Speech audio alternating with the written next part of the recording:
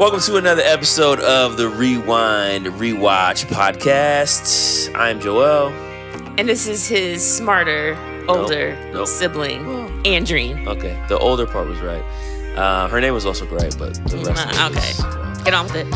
And here we are with another episode of a podcast where we rewatch 90s films. We rate them. We talk about how good they were, maybe how bad they were, how well they aged. And then we rate them on a scale of 1 to 5, how many rewinds and rewatches we would recommend. So for this week's episode, we are rewatching Batman Returns Dun, dun, dun. from 1992.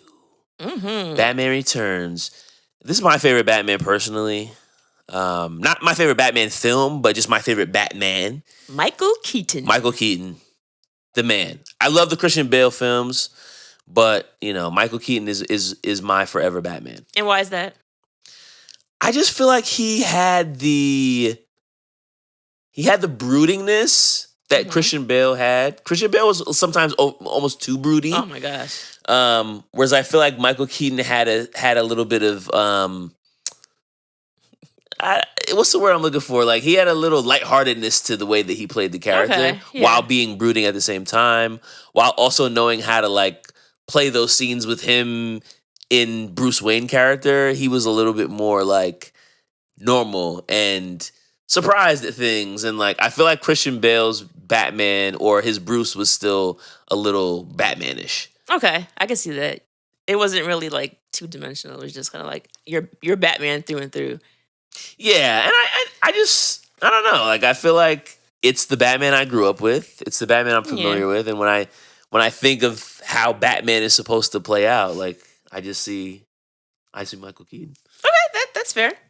So this is a 92 movie. This is PG-13. It was PG-13. And this was a Tim Burton movie. I mean, it was Burton. There were certain parts of this movie where I'm just okay. Even the music at times was very Burton-esque. Yeah, he did too. So he did the original Batman in 1989 with Jack Nicholson's Joker, and then he did this one. That's my favorite. Yeah, Batman Returns in 1992, which was 3 years later, with Michelle Pfeiffer as Catwoman and Danny DeVito as Oswald Cobblepot. I have so much to say about him, aka Penguin. You have so much to say about Oswald? Yes. Where should we start? Should we go straight to Oswald, or are we still doing setup? Well, before we jump into Oswald, we forgot about Christopher Walken. Oh, Christopher Walken, Max Shreck in this film, big time mogul of Gotham City. You had to hate him. He was just straight trash through and through. Nah, he was an awful person. We'll get to Max in a second. So we have to do the thing with the plot. What's it about? The one sentence plot What's line. it all about? Party people. Wow, What's a drag-on deep cut. What's it all about? Yeah. What's it all about? Yeah. Wow, that's crazy. Shout out to Drag-On. Shout out to Parlay on the hook. Shout out. Oh man, this is spinning out of control. Right. So what we usually do is we talk about the film and we say how would you summarize this movie in one sentence? All right. So I'm gonna have a compound sentence. All right. This is a run-on sentence when you add a semicolon. No, and then you're it's the same. I'm still here. But it's nah, if you add a semicolon, it's a compound. Just all right. So the semicolon. All right. Whatever. Just go. A penguin man. Oh God. Teams up with an unscrupulous business mogul. Okay. To run for mayor. Yes. Frame Batman. Okay. And wreak havoc on Gotham. Okay. Semicolon. Oh wow, it's still happening. Okay. Catwoman is also there. Oh my God. Because I feel like she was there, but I didn't really need her. But I'll get into that. Yeah. Okay. That's all right. Wait, I'm gonna give it to you one more time. It's supposed to be. I'm gonna give it to you one more time. But it's supposed to I'm gonna give it to you one more time. Okay, give it to me one more time. A penguin man teams up with an unscrupulous business mogul to run for mayor, frame Batman, and wreak havoc on Gotham. Catwoman is also there. That's okay. So let's talk about the wreak havoc part because I think what I was grappling with while I was watching the film is like, is Penguin a bad guy? Yes, he does a lot of bad things. I feel like he was dealt a very, very bad hand. Right, he was dealt a very bad hand. He expressed a motivation initially to like, number one, be respected. Number two, find out who his parents were. And number three, like, be given a fair shot. To live above ground. Yes, to live above ground. And I feel like a lot of the other parts of it, like, oh, let's be mayor. Well, that was Shreck. Do this. It was Max Shreck. Yeah. And I feel like he was being influenced, but it was all a result of him feeling like he had been dealt a bad hand and feeling like people owed him something. So I guess my question is like, do you feel like his motivation was to wreak havoc? Or was that a byproduct of like... not being accepted? Yeah, like was that his actual motivation or was that just a result of him wanting something else? So I'm going to answer, but it's going to be kind of a wheel yank, as Dad likes to say. I'm going to yank the wheel here. So Penguin is kind of like Moses. Here we go. Oh, boy. So at the beginning of the film, he's born. His parents see him and like freak out because they're like, oh my God, what is this monstrous thing that we gave birth to? They could have just killed him, which actually, I mean, might have been a kindness in a way. Instead, they put him in a pram. They go out in the middle of Christmas Eve and they drop him in a river that like leads down to the sewer. And like, honestly, he's bobbing up and down. He's like, meh, meh. And in my head, I was like, that's Moses in the basket being put in the river. Okay. For any of you Bible scholars, Moses was placed in a basket in or Jews. Well, Torah. Okay, Torah, biblical people. The Jews. Okay, Jerry. So like he's placed in the basket. His parents are trying to like, or his sister did it. Sister Miriam. Oh, I'm remembering now. His sister put him in the basket to kind of save him. Since I think someone was trying to kill him. Pharaoh. I don't know. I'm getting my stuff mixed up. Someone was trying to kill him. They put him in a basket to kind of help him escape. And in my mind, I'm looking and I'm like, oh, this is Penguin. Like although his parents didn't have the best of intentions, they could have just ended his life. And instead they were like, well, let's just kind of like see what happens and like kind of like toss the cards and flip a coin on his life. He ends up floating down into a sewer and he's essentially like raised with a bunch of penguins. I'm not quite sure why there are penguins in the sewer system in Gotham. I'm not sure either. I'm also not sure how the penguins raised him to speak English and somehow become their overlord. Like, I'm not really sure exactly how that happened. And also why the circus people were living in the sewer with the penguins as well.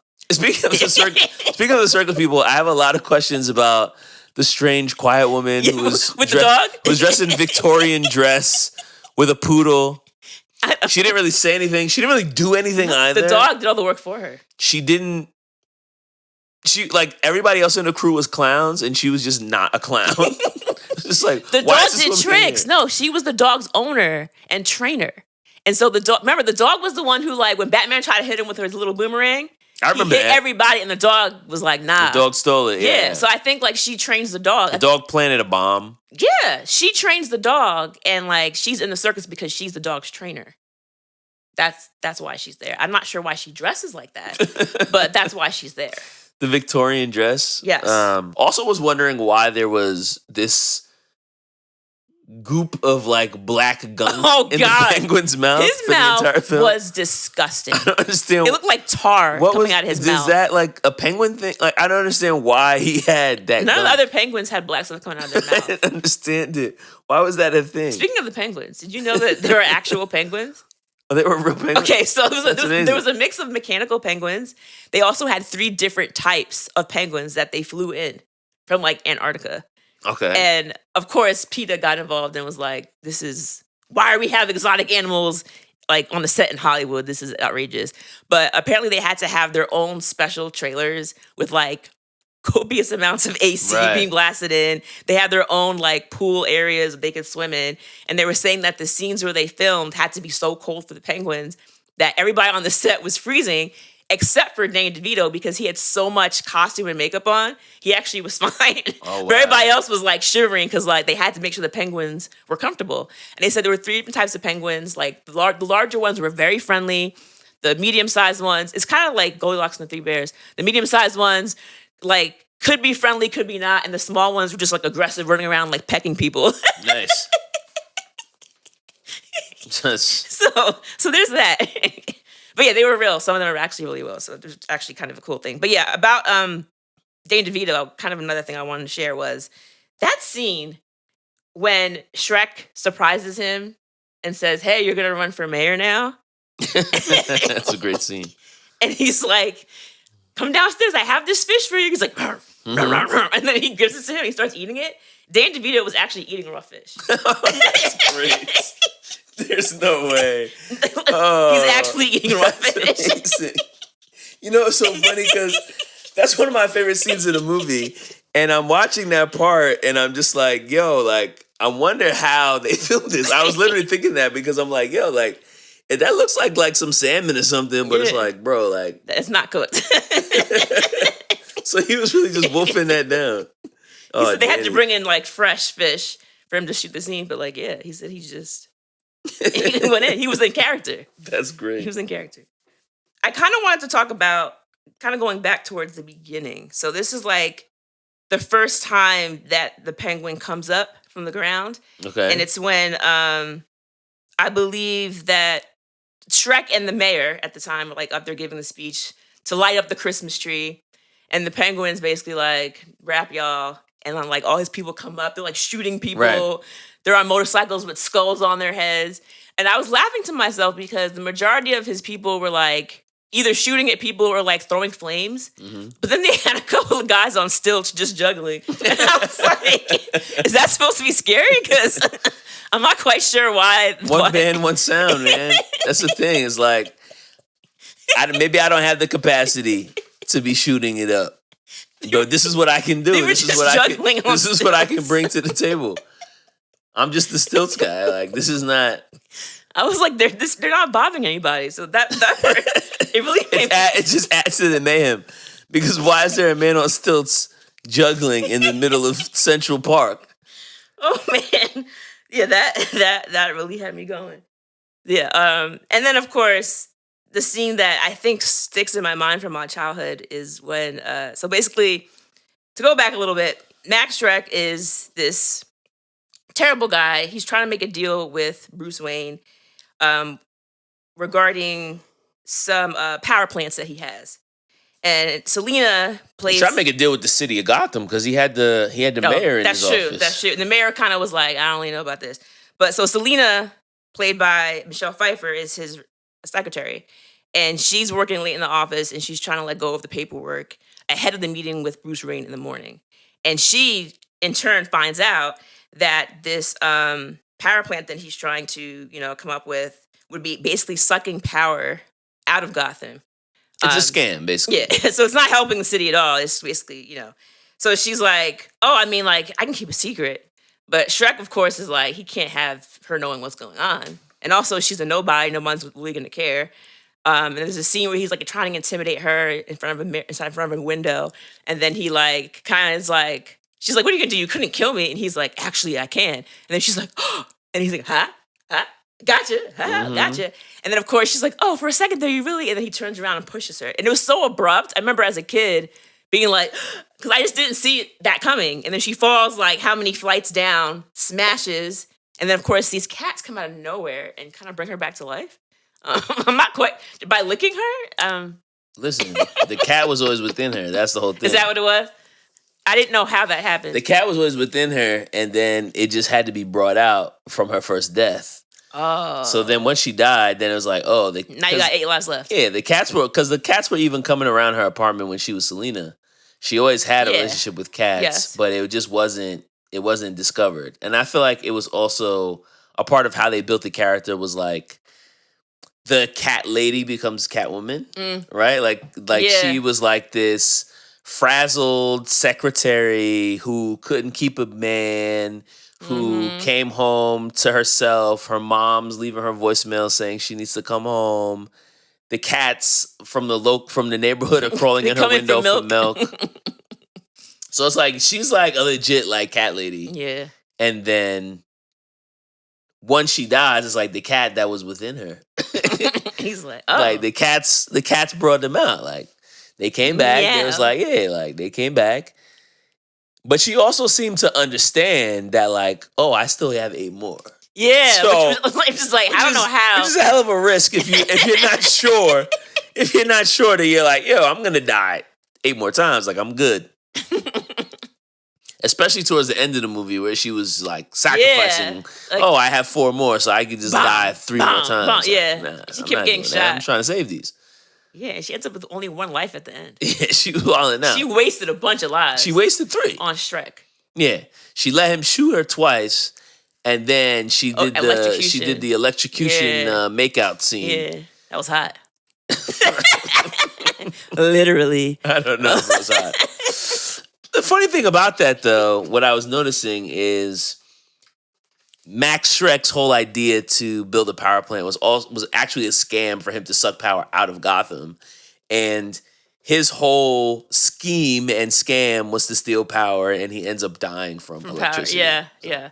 Well, one thing about Selina's transformation, so when she comes back to life and she goes back to her apartment, this scene really bothered me because I'm like, she was just trashing her place for no reason. I didn't understand that She was either. just like she gets a pot. She starts like making holes in the walls. She has a bunch of stuffed animals that she puts down the garbage disposal. She runs a dollhouse. And then she's like, I didn't like that. She's shredding her animals. Yeah, she's spray painting her clothes, her walls, the dollhouse. She smashes the dollhouse, and then she like takes out her like sewing kit, throws everything around the apartment, and then she's like, "Ooh, a leather dress! I can make something out of this." And then you see her like just getting like thread and scissors. And also, why did Selina Kyle have a leather That's dress? what I was thinking. I'm like, come on, it must have been a Halloween something. Because I'm like, there's no way that she's wearing leather. Was this supposed to be a leather jacket, but then she turned it into a whole outfit? Suit? Yeah, I don't know how that didn't really make any sense. It didn't make any sense, but I was really bothered. I'm like, why is she destroying her apartment? She's come back and live here. Like the milk's all over the floor. Like it was just. I also didn't understand her motivation for destroying the apartment. Yeah. It was just like, yo, your boss killed you, and then you're just like, oh, I hate this place. She was destroying her own photos. It's like, she pulled her phone out.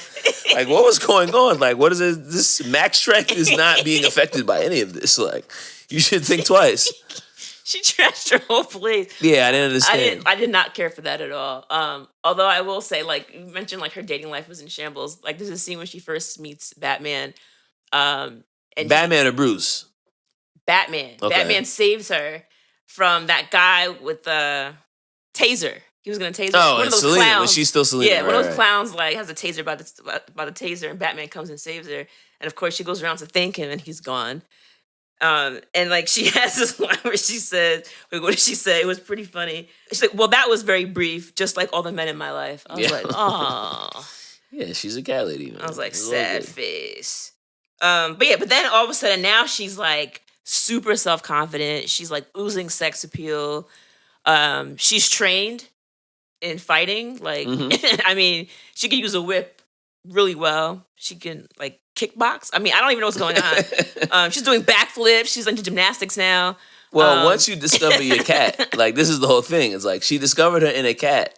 Once the cat came out, then she was ready to go. Oh, now she's limber and ready to Yes, this is her cat. Her cat came to life. Her cat. Yeah. Speaking of being a cat, the scene where she goes to visit Penguin in his freezing ice cold. Oh my God. And she's like, purr. She's like laying on the bed all seductively. And he has a bird in a bird cage. Right. And she's like calling the bird out. She grabs the bird and puts it in her mouth. That was real. Michelle Pfeiffer had a live bird in her mouth. No way. Yes. Wait, what? She had a live bird in her mouth during filming. Yes. Wait. So then, I'm telling you. Remember, she doesn't eat it. She puts it right back out. She puts it in her mouth. right? But and then I she's just assumed that was like, nope. So a bird actually flew out of her mouth. A bird was in her mouth, and she opened her mouth, and it came out. You can look it up. Nah, that's crazy. I'm not. When I tell you these people are committed to these roles. You thought it was just Dangerous Minds. Like, man, this is real life out here. We We really acting for the Batman Returns. How many shots did they do? That's what I really want to know. I don't know about that, but I know like she trained with like a whip master to learn how to use the whip properly. I did know about that. I did hear about that. I mean, she was out here trying to make sure stuff was going on. I'm surprised the animal rights people weren't upset about the bird in her mouth, but maybe they didn't hear about that. Yeah, they might have been. If they were concerned about the penguins, I'm sure they were concerned about the bird. The penguins with the bomb straps to their back. They was letting them things go. That's also one of my favorite quotes. You talked about that scene where she shows up at the penguin's lair, and then he comes up the stairs and sees her, and he says, "Just the pussy I've been looking for." It's like, yo, there's a lot of sexual innuendo. Penguin was mad horny, and it's like, yo, he's been like literally living with penguins and circus freaks for his entire life. Yeah, like, he hasn't been around any normal women. Like he's boned up. He's man. only 33. He's ready to rock and roll. Speaking of being boned up. What? Where is this going? Speaking of being boned Where is this going? I hate this. So basically, Shreck is trying to convince him to run for mayor. Right. Which, again, it's December. So I'm not quite sure. And he mentions that. Yeah, he's like elections were in November. Over. And he's like, oh, it'll be fine. Like, you can still run. It's like, what's going on in Gotham? Anyway, so it's December, right before Christmas. He's about to run for mayor, and he doesn't really want to do it. And Shrek's like, oh, come on, like, it'll be great. And Penguin is kind of eyeing the woman who's supposed to be, like, his PR person. And he's like, oh, yeah, like, whatever. And so at one point, Shreck says to him, I mean, you should run for mayor. And he's like, it'll be great. You'll get unlimited poontang. Yeah, I remember that. He did say that. That was crazy. I was like, unlimited poontang. Oswald, what more could you want? Unlimited poontang. I was like, what is happening in this movie? That was crazy. He was like, we got to get you in the race. He said, I'd like to get inside of her. I was like, oh my God. And she was like, it's horny as hell. I don't remember Oswald from the cartoon version being so damn horny. But Danny DeVito was the horniest penguin. He was horny, but second in line was Michelle Pfeiffer. Because you remember, Catwoman. Because you remember the scene where like... No, it was Michelle Pfeiffer. Michelle Pfeiffer was actually horny. Look out, Michael Keaton. Yikes. So there's a scene where like she and Batman are like on the roof and they were like kind of fighting, but then he saves her. Mm-hmm. And then she's like, where are you, Batman? She starts like rubbing like his chest. And her hands go down, and she goes, "Oh, there you are." And I was like, "What? Oh my God! Whoa!" Yeah. This was definitely the most sexual Batman film. Like, this was definitely the most sexual Batman movie out of all of them, really. Oh man! All right, I got one more sexual line, and I think we're done. So, there's a part towards the end. So originally, the Penguin was, after he like gets upset and he decides that he wants to get back at the ritual. It was kind of the rich people. Because remember, his parents were rich and they gave him away. So he was like, I'm going to hurt the people of Gotham back by taking away their firstborn sons. That was the initial plan. But then, once Batman and Alfred basically out him, they have an audio of him speaking and they put it on blast. Right. And everybody gets to see he's actually trash. At that point, he's like, forget it, I'm going to get everybody. And he was like, second-born, third-born, fourth-born. And he was like, male and female. Hell, the sexes are equal with their erogenous souls flow sky high. I do remember he said that. I do remember he said that. I thought that was a strange line when he said it. I was like, you're going to blow their erogenous zones? I don't even know what that means. I don't even know what that means, bro, but that's a weird thing to say about killing a bunch of kids. Like, that's a weird way to put it. It's a sick thing to do in the first place, but that's a weird play. Like, you're about to kill a bunch of kids and you talk about their erogenous zone? Like, come on, dog. You gotta relax. And that one clown was like, dude, I don't want to kill any kids. And he was like, what? Bang. And then he just killed them. So, yeah. But that's another thing I was thinking about. You talk about the set being so cold. Were they actually, like, in water in that cold environment? Or was this like, the penguins were. Because remember, the penguins needed the water. So they had cold water I'm thinking about that clown that got shot. He rolls into the water. But then also when Penguin goes Yeah, into he ends up being in the water. And I'm like, they must have had stuntmen to do it because Yeah, I can't imagine Danny DeVito was rolling around in ice cold water. I don't know, man. Huge, ridiculous penguin suit that he was wearing. I don't know. But this movie is really out of control. But I'll tell you what, the action was great. You got explosions, people getting shot, you get crazy circus people running around on different types of bikes and whatnot. Not to mention the Batmobile is just fire. Yeah, Batmobile is great. The way it can shed its skin to become thinner to go through tight spaces. Batman could fly. He had his wingspan came out and he was zooming all through the place. The Penguin's umbrella was lit. Which one? He had so many. He had the gun. He had the gun that was shooting blanks. Right. He had the kind of a helicopter type propeller thing that the propeller can go up. Then he had the sword. Yeah. He had the one that could hypnotize you. He had the one that was like a baby's crib. Oh yeah, that one was actually lit. Nah, he had a whole different set of umbrellas. That was fun. And he had that big duck car. I didn't really know why he was on a rubber ducky. Well, is that just because it was I don't really get why it was rubber duck, but you said something about before you talking about you talking about the Batmobile. Oh yeah.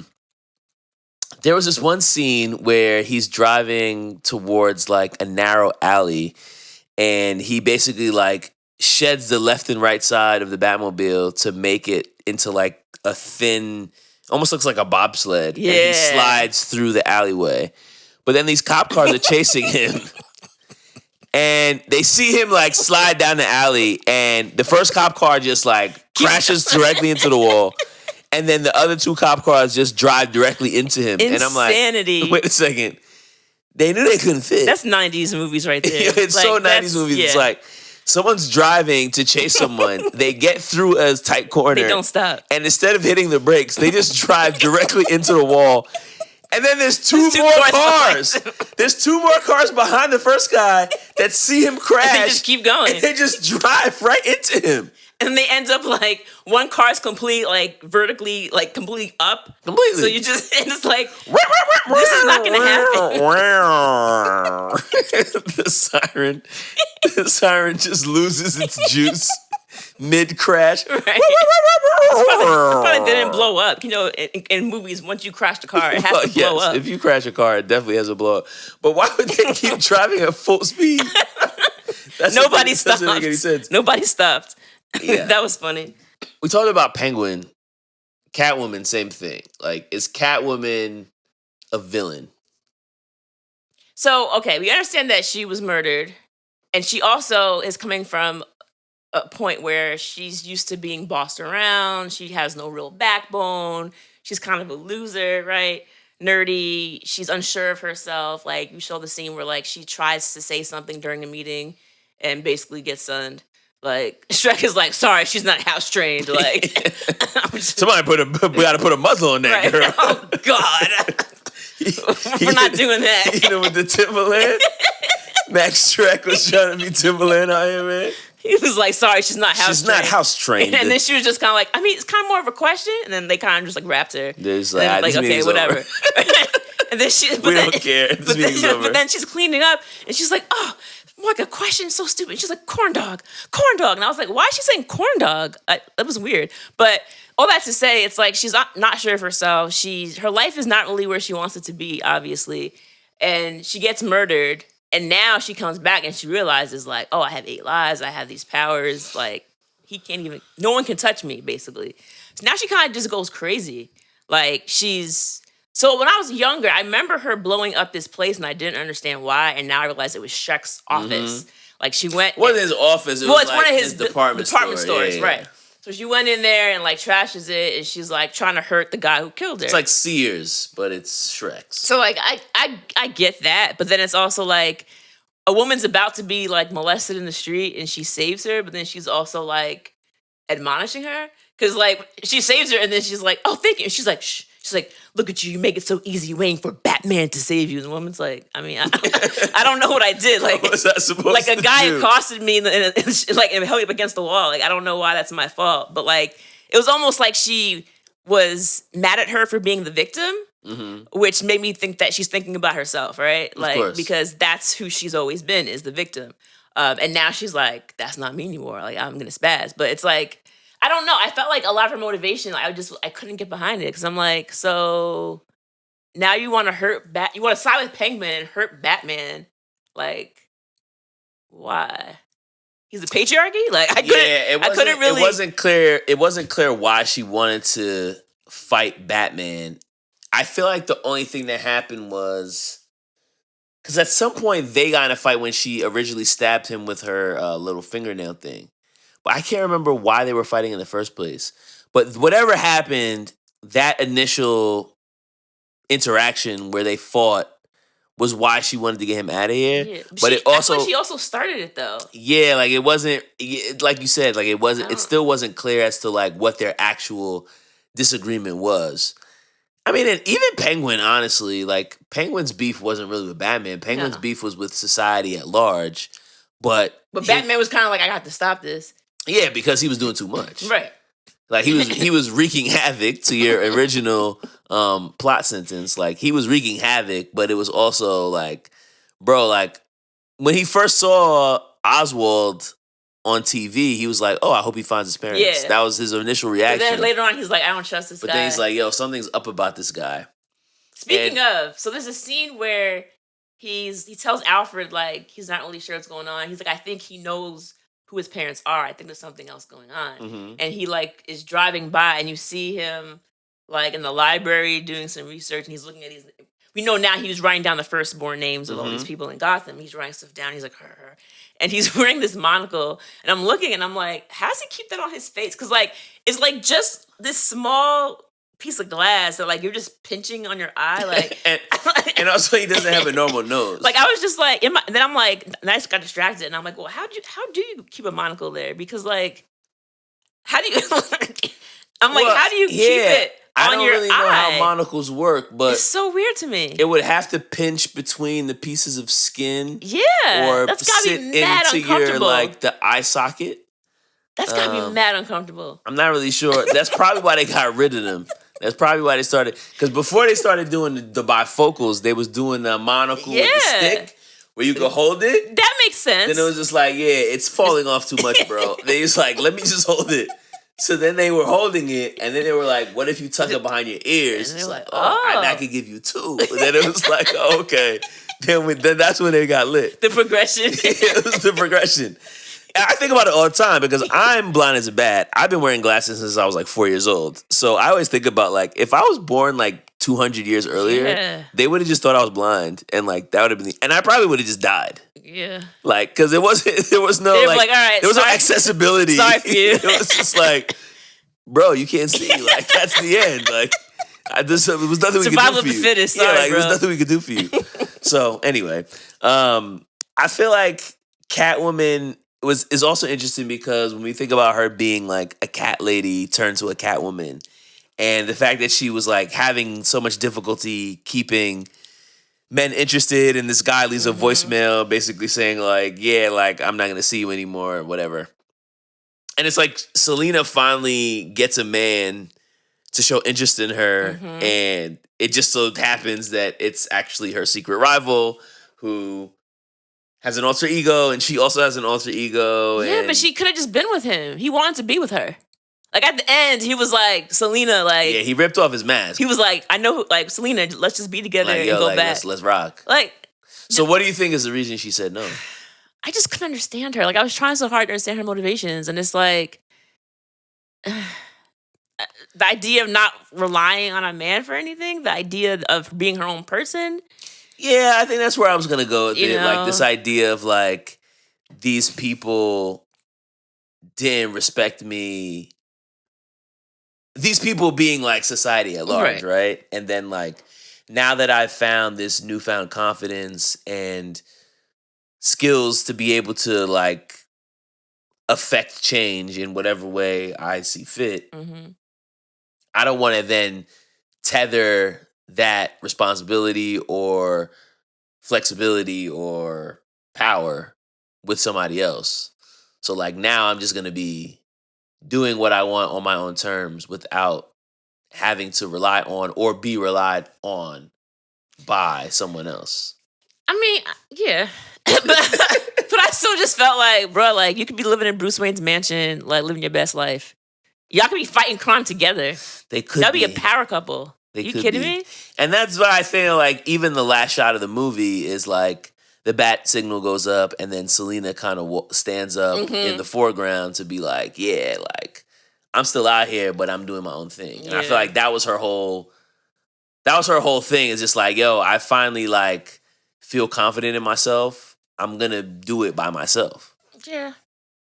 It was interesting though that when they had their like date in front of that huge fireplace. And also, can we talk about the fact that Batman never had any lights on in his house? No. Like, he was literally... It was always dark. In this huge mansion, sitting in these cavernous rooms by himself in the complete dark. It's like, yo, this dude is weird, really bro. weird. Like, you gotta turn a light on. Because the first time we see him, the bat signal comes through the light, but he's sitting in the dark, and he looks up, and like the bat signal is like kind of showing part of his face, but I'm like, yeah, why is he? I thought he was in the Batcave. He was actually in his apartment. It's not an apartment. His house. It's his mansion. It's a huge house. But I thought he was in the Batcave. It was that dark. And then for the date, like, first of all, that fireplace was massive. It was the size of like a normal person's living room. And he and Selena are sitting there. Like, I mean, you see the fireplace. It looked like a bonfire, and it was this fireplace. I was like, holy cow! And no lights on. Got just that the Wayne fire. money. Just the fire. So that's how he lives his life. Yeah, his apartment was mad dark. But I did like how she asked him about old relationships, and then he talked about Vicky from the first movie. Yeah, I feel like that was like a good callback, and I didn't actually remember that happening in that film. I feel like I've seen Batman Returns a number of times. There's certain parts of the movie that I remembered, but other parts that still felt a little fresh. Yeah, that whole conversation I didn't remember at all. I knew that they had and who they were, and they had went on a date, and they liked each other, but all that I didn't remember. I also didn't really understand the whole power plant situation. No, like I remember Shreck threw her out the window. Yes. But I didn't really remember why. Yeah. And I definitely didn't remember like the whole power plant scam. Like that went completely over my head when I was a kid. I remembered most of the Penguin stuff, like him being pushed under the, well, not pushed under, but placed in the river, Moses style, and all that, and his parents just being like these, rich people who are just like, oh, what is this, But did you want to talk about some quotes? Some what? Quotes, yes. Before we get to quotes, because you talked about Penguin's parents, and I thought what was interesting about that is that, like, I feel like he might have said this at some point in the film, where he alluded to the fact that, like, if his life had played out differently, he would have been the same as Bruce. Like, yeah, he was a silver spoon baby for all accounts. Like, his parents obviously had money, whatever it was that they were doing. And if he looked differently, he would have been probably someone that went to school with Bruce Wayne. Sad. And he just ended up on the other side of the tracks just based on the way that he looked. But also the fact that, like, when I think about Penguin or how he was displayed in the cartoon version or even in the comics version, Penguin was kind of like a socialite who, like, ran a nightclub. And he was, like, one of those... It's funny because I just watched the John Gotti documentary on Netflix, and it's like he was like this dapper thug who was like still kind of like the talk of the town. He was like getting photographed by the media, but he was also like this awful gangster behind the scenes. I feel like that's kind of who Penguin was when I think about like who he is in the canon of like the Batman universe. Yeah, I picture a top hat and a suit. Yeah, like he used to have the top hat. He ran a club, I think it was called the Iceberg or something like that. And he was like a man about town. He knew how to schmooze with politicians, but he was just kind of like a dirty guy. Like he had his hand in business with mafia members and stuff like that. So this version of Penguin is a little bit different than that, where he's more so kind of like this. He's an outcast. An outcast who's like trying to figure out his place in the world. And you could see maybe at the conclusion. Well, no, he dies at the end of this movie. Yeah. Actually. Well, I guess never mind. But I was gonna say, maybe that would have been where he would have ended up at the end of this narrative, Yeah. but he's actually They dead got him in up the outta here. bottom of the sewer. So I guess that just didn't exist in this part. Poor All Penguin. right. I did talk about the quote that I had with the Penguin and Catwoman. Oh wait, I'm sorry. You kind of remind me of something. We were talking about like how the original Penguin, not in this movie, is the kind of type who's like around with politicians and Yeah. all that.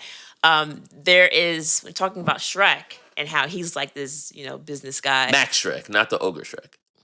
Obviously, we've been talking about Max Shreck this entire When time. you said Shrek, I was like, wait. Okay, no, I'm talking about the ogre now for some unknown reason. I don't know. Okay, Max Shreck. I got you. Okay. So he's this business guy who's like clearly friends with the mayor. Well, friends in quotes Right. with the mayor. But if you notice in his office, there have a number of pictures with him with different people. Mm-hmm. And one of the photos with him is with Arnold Schwarzenegger. And I was did laughing see because it's like Arnold Schwarzenegger plays Mr. Freeze. And was it Batman Forever? Batman Forever. Yeah. So I was laughing about that. I'm like, oh, that's a nice little Easter egg. Yeah, I mean, there's an Easter egg that they probably didn't even know they were planting Yeah. because that movie didn't come out till years later, and it was a different director anyway. Yeah, because So, Birdie was not there anymore. Yeah, Tim Burton. Okay, sorry, back to quotes. All right, let's get to quotes. When Max comes to Penguin's lair, apartment, whatever it is, and basically tells him, like, I want you to run for mayor, he takes him downstairs, and there's, like, an entire campaign team there ready The raw to, fish like, scene. Yeah, the raw fish scene. And so he meets these two publicists who are supposed to try to get him, together to be Camera ready. Yeah. so that he can actually run for mayor. And so the guy is looking at him and he says something along the lines of like, we're going to have to get you together, whatever. He's like, I bet there aren't a bunch of reflective mirrors down there where you used to live, huh? And so they're laughing about it like, this nigga's ugly. Right. And then he's like, who knows? It could be worse. My nose could be gushing with blood. And then he's like, wait, what? He's like, what? Huh? And then Penguin just turns and just bites his nose. And his nose just starts gushing with That blood. was outrageous. That's definitely one of my favorite quotes. Can you imagine? This is the man that just... And they're just like, all right, everyone, back to work. Let's get Oswald.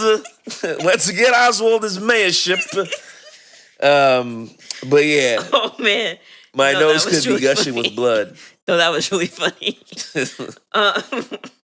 I got a couple here, but you want to go one by one or? Sure. Okay. So this is the part when this is towards the end. So Penguin is giving his speech, running for mayor. He's up there with Shrek, and in the middle of the speech, Batman and Alfred interrupt, and they basically start broadcasting audio of Penguin saying things about how like the people of Gotham are like gullible and how he's going to ruin the city and blah blah blah. And people are like, "Wait, what?" So they start throwing like cabbage and like different Heads of cabbage. cabbage at him, and then Penguin's like, why is it that someone always brings eggs and tomatoes to a speech? And it was living in my mind. I was like, why do they have that? Like, That's funny. Because I was thinking the same thing. And actually, this is so annoying because that was actually the next quote I was going to bring up. Like, I had the exact same quote. Because it was just perfect. It was like, literally, I'm thinking, like, why did they have tomatoes? And then he said it. And I was like, yo, that's crazy. But that was the thing back then, right? It's like, boo, and then you just throw stuff. I don't think that ever actually No, I'm happened. saying like in movies, like that's what they would do. Like you had people throw Of course, tomatoes of at course. you because it was just like, I mean, the only time they probably did that was like probably during Game of Thrones. Because like back then the people probably were like, maybe they're walking down the street with a piece of cabbage. A piece of tomato. You know? Just They're eating. casually eating a tomato. And then it's like, oh, this guy Maybe. sucks. Maybe. I actually don't have You any want me more to- quotes okay, because that was the last one that I had. Okay. They were supposed to, kill Batman or hurt Batman because the whole plan was first we're going to like taint his name, have him think that he like kidnapped someone's baby. Right. And then we're going to blow him up in his Batmobile because they rigged the Batmobile. Right. But of course, Batman was able to punch through his car, which I still don't understand how he was able to do Hey, that. man. He punches through the bottom of his car and then he gets whatever remote control they had on it. And the Penguin is in this truck riding on this like mini-sized Batmobile, and he's like controlling Batman's car, and he's like rocking this thing so hard side to side. He's like, I got you now, Batman. The entire truck was like, I mean, it was rocking. really out of control. And the plan was like they're gonna like make him run over mad people, which he kind of does. He's running over people, and then at the end they have like C4 in the car, and they're gonna blow him up. And of course, Batman, was able to stop that from happening. So after that happens, they cut to the next scene, and Penguin is talking to Shreck, and he's upset because like Batman's not dead. And he's like, that was a complete failure. He didn't even lose a limb, an eyeball, or bladder control. That's funny. It was just a random thing they put. And then there's like, after he gets a nomination for mayor and he's like, sees his whole team and he's happy about it, he's giving his speech and he says, my heart is full of love. I feel 5 feet tall. That's good. So the first time he sees Shreck, they basically end up, this is like early on in the movie where he starts wreaking havoc with like the people on stilts juggling and the flamethrowers and all that. And so Shreck is trying to get away, and there's like some like weird area where they're able to like drop the floor out, and he falls down, and Right. Penguin captures him, and they're down there. And of course, he looks around and sees this Penguin Man. Of course, the whole time, like, you think it's fake because, like, the newspapers are talking about a Penguin Man in the sewers, and it's kind of like no one's going to believe that's an actual thing. But of course, Shreck is now seeing the Penguin as a real person/thing, and he looks at him, and he like doesn't know what to say. And so Penguin says, "I believe the word you're looking for is ah." He just starts yelling. I was almost in tears. I was like, bro, that's so funny. That's ridiculous. It's so ridiculous. He just started yelling. And Shreck was just looking at him like, I have nothing to say. Shreck did not scream. Shreck was surprised, but he was never really fazed, which was actually funny. Because Shreck is such a slimy guy that he sees this bizarre Penguin Man with a team of clowns living in the sewer. And a monkey. And he's just like, huh, Right. that's interesting. But he wasn't really fazed. Like, he was actually very cool about it. It's like, yo, what have you seen, bro? But Like, remember, he killed his partner. that's true. He killed his partner and did all types of crazy stuff. So, I mean, this guy is clearly not. All right, I have one more, like, I guess, dual quote. So, this is the part where Catwoman is down in Shreck's department store. And she's like has her whip out and she's like knocking the heads off of the mannequins for some reason and like She's smashing. practicing her whip game. That's like her target practice, I guess. Yeah, she was practicing her whip game. Her whip game. Okay. She's like smashing through glass and, just doing all this stuff. And so these 2 security guards come in and the guy says, I don't know whether to open fire or fall in love. I remember that. And then she said, oh, you men, you're always confusing your pistols with your privates. Oh, you men. Don't hurt us, lady. Our take home's less than 300. You're overpaid. Hit the road. Okay, so did anything not age well for you?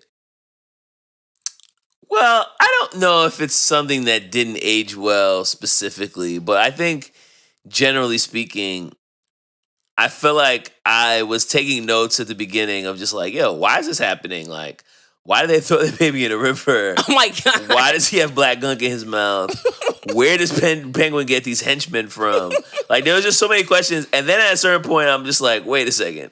Like, why does the mayor have no security? His baby just got, like, it was just so many questions. And then they snatched the baby and flipped down. and then he was just like, wait. It's like, wait. He's No the mayor guns. of the city. And somebody just grabbed his baby and jumped in the... Anyway, so I'm just like, all right. At this point, it's only like 12 minutes into the film. And I'm like, yo, I'm asking too many questions. So I really had to ask myself, like, yo, wait a second. What are you watching, bro? Like, think about this. Right. This is basically... It's a like, cartoon. It's like a cartoon. It's like a children's movie that was made for adults. Because Yes. it's still PG-13. Yes. And it's still a little too adult to be like an actual kid's movie. But you have to just like ignore a lot of plot holes. Yes. Because you have to think about the fact that like it's basically a cartoon, but it's made for adults. A sexy cartoon. Exactly. Yes. With a ton of sex jokes. It's definitely not a kid's movie. Right, it's not. But it still presents itself with the... It's fun. It's like a Home Alone-esque type like of... it has a very cartoonish, this is not a real environment vibe, but we're not catering this to children. Right. And also, like, every time I watch a Batman movie, I'm like, why does anyone live in Gotham? It's an awful place to live. But also, like, I feel like that's also something that is very specific to the 90s. Like, if you think about, like, the Very Brady movie or, like, this movie, like, I feel like nowadays they'll make kids movies and they'll add things in for, like, the parents and the older cousins to be able to laugh at. Like, I feel like this was just like, let's make a Batman movie, but not for kids at all. Like, I feel like that was something that they were doing more back then, where nowadays, like, they'll make a kids movie, and then they'll try to, like, add stuff, like in the Spider-Man movies or in the, so that adults will still be entertained. But I also feel like on the flip side of that, like, Batman generally is not catered towards kids. Like, if you look at the grand universe of, like, Batman films, Batman TV shows, like... Versus Superman. Right. Superman is definitely very kid-friendly, where, like, there's a lot of... Like, the last Batman movie that came out was, like, dark as hell. Yeah. Oh, like, my God. Yeah. It was, like, a sniper, serial killer, and, like... Yeah, like... I feel like Batman generally... And I think this was something that was kind of established with the original Tim Burton movies, because... Prior to that, you had, like, the goofball one that was out in the 60s and 70s, right? Yeah. Like, I feel like Tim Burton was the first one to really make, like, Batman movies for adults, and then every other director after him kind of followed the trend. And went darker and darker. Right, yeah. Yeah. Is there anything that you noticed that you felt like didn't age well? No, I wasn't offended by anything. Again, like, I mean, I don't know if they would have, strap bombs to penguins nowadays. But. Right. But well, what about themes? Because there was a couple that I came up with, but what do you think the theme of this movie was? I mean, I think for, like we said before, I think for Catwoman, it was like her, like, awakening and being able to be on her own. And I mean, I don't want to belabor the point and say what you said, but essentially, I think her character's growth is something that you see. And also, like you said, like, the whole, is Penguin actually a villain? Like, was he, what did he say? Like, was it based on his circumstance? Mm-hmm. It's like, if he hadn't been placed in the sewer, like, he probably would have been just a regular guy. So it's unfortunate what happened to him. And then it's like... They also never explained how he... Came out like that. Just became... He was born to two humans and he just had, like, penguin features. Yeah. Yeah, exactly. Like, it's Again, just like, it's just so, like, you have to stop asking questions at a certain point. So it's like, you feel bad for him because it's like, man, you just rebelled a bad hand and you wanted to come up from the surface and be mayor and whatever, but then, you and your henchmen kind of ruined it. So, I mean, I don't know, like, was there, like, did I walk away, like, with some deeper understanding? I don't know that I did. Oh, man. All right. Well, you can go ahead. I've got a couple. I mean, the first theme that I think was like the one that they hammered home the most was this concept of women should not be underestimated. So whether that was like Selina's whole character development over the course of the film, but I feel like even there were like little things that like Alfred would say or Batman would say that would be like any man or a woman. Yeah, that's the very last line of the movie. Yeah, exactly. He says that, or women, and I was like, oh, okay, Bruce. And I feel like there was like this whole thing of like even the way that she was being overlooked and undervalued at work at the beginning. Her boss pushes her out the window because he sees her as, a weak figure. Mm-hmm. And then I think even when she comes back, not only in the way that she responds in interacting with Shreck, interacting with Bruce, but then even like how she approaches her partnership with the Penguin, it's kind of like, yo, like I'm a player in this game. Like I'm not just somebody that you're going to be able to overlook. Mm-hmm. And so like I feel like that was a big theme that they were trying to show throughout the course of the movie is like, don't overlook women and they can just do the same things that men can do. Well, do you think that's why she turned down Bruce's, not proposal, but you know what I mean? Yeah, I mean, it's like, kind of that's, like, bro, I don't really need you. That's kind of what I was explaining earlier, but I feel like it wasn't even just the fact that she didn't need him, but the fact that, like, she didn't want to need him. Yeah. Right? Like, she was like, yo, like, right now I'm in a space where, like, I'm feeling myself. I'm just starting to understand how much I can do individually, that I don't want to then ruin this moment by, like, tethering myself to another person. So then she had found that. But I also feel like the other theme that kind of carries over throughout a number of characters in the movie is this idea of people wearing masks to hide who they really are, right? So you have, like, Bruce and Selena who are, like, wearing actual masks where they assume a new identity to do the things that they feel like they can't do when they're themselves. You have Max Shreck, who presents himself as, like, a man about town who's there for the people, but he's actually incredibly greedy. He's murderous, and he has a ton of secrets. Penguin has his whole duality of, like, I'm trying to figure out who I am. I want to be respected, but I also will clap this whole place up if I need to. And so, like, I feel like that was a big... Even the conversation that Bruce and Selena were having on their date. At the party?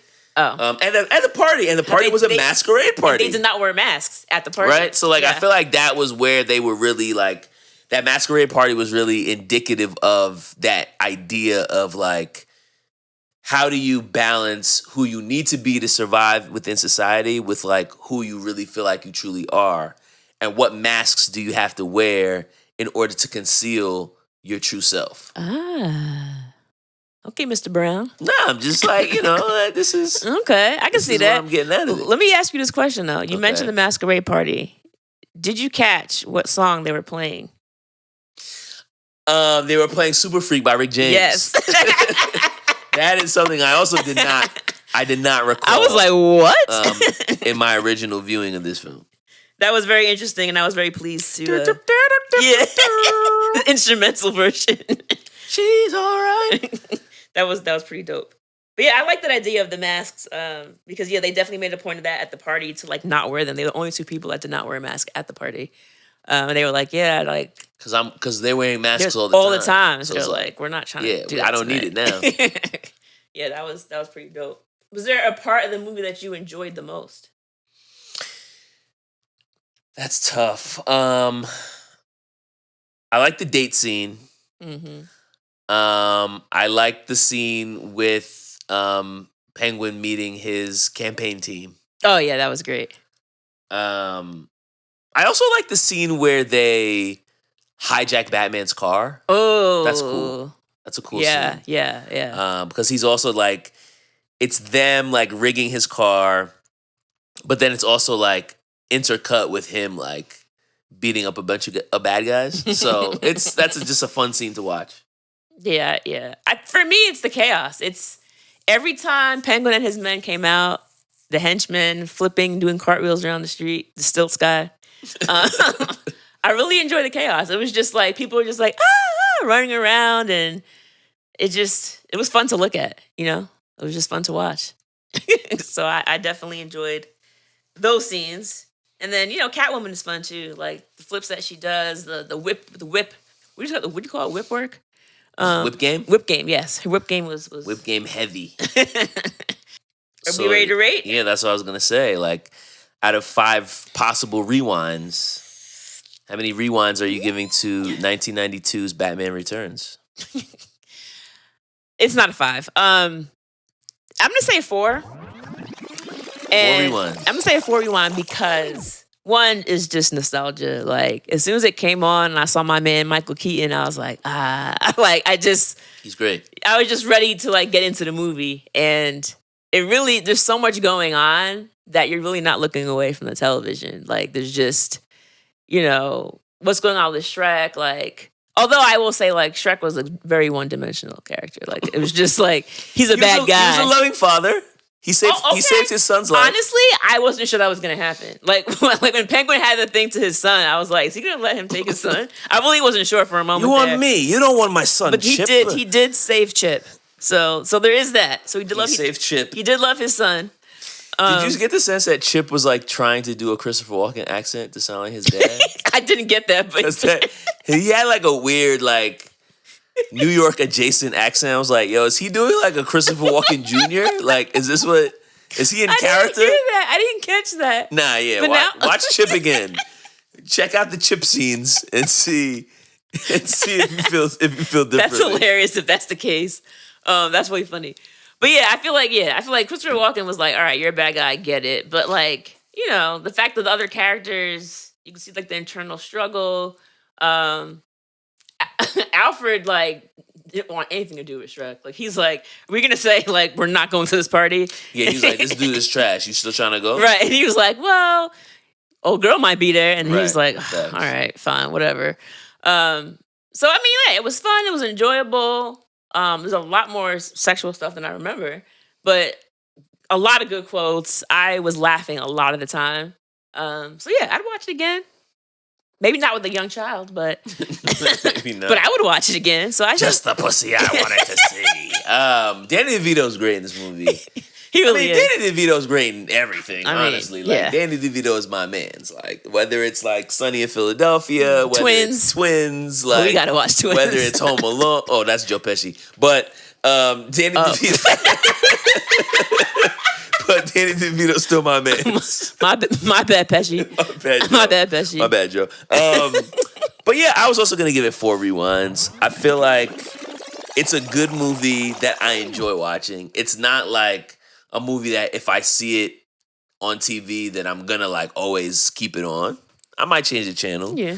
I feel like that's really what makes something a 5. Is like, Yes. if I see it on, I'm gonna just watch Yes. it because it's on. It's not that rewatchable, and most of the reason why I say it's not that rewatchable is the fact that I still think the original from 1989 is better. The Jack Nicholson I agree. Joker movie. And so like, if I'm gonna watch a Tim Burton Batman movie, I'm probably That's the gonna first watch one. the 89 one over the 92 one. Yeah, I agree. I think also just the fact that there isn't as clear of a motivation for the two villains, and also the two villains in the movie aren't actually even really the villains because the villain's really Max Shreck. Right. So it's like, it doesn't really have And that. he survives. No, Oh no, he died. no, Max That's Shreck right. gets That's right. electrocuted She uses to one death. of her lives to kill him. Yeah. Okay. So yeah, like it's a good movie. It's definitely worth a rewatch, but it's not something that I think you can like rewatch again Must and again and see. again. Like you would get tired of it after a while, but Yeah. it's like a good movie to come back to after you haven't seen it in a few years. Absolutely, I agree with that assessment, Mr. Brown. There we go. Any other notes on Batman Returns before we put this episode to bed? Apparently, Annette Bening was supposed to be the Catwoman, but she dropped out when she discovered she was pregnant. So that's how Michelle Pfeiffer got the role. Wow. Michelle Pfeiffer was very good. Yeah, she was excellent. As you can see, she like trained with her whip. She put a bird in her mouth. What more could you ask for? What more? What more do you want? Yeah, she was committed. She was great, and like I feel like this might have been the first time I saw her in a movie. I don't know that I saw her before this one. I don't know. I'd have to look at her IMDb page, but I feel like my earliest memories of Michelle Pfeiffer are this and Dangerous Minds, and that's 95, so this would have come out 3 years before that. All right. Well, I think we're getting ready to wrap it up. Yeah, let us know if you agree with our assessments, if you'd give it 4 rewinds, maybe more, maybe less.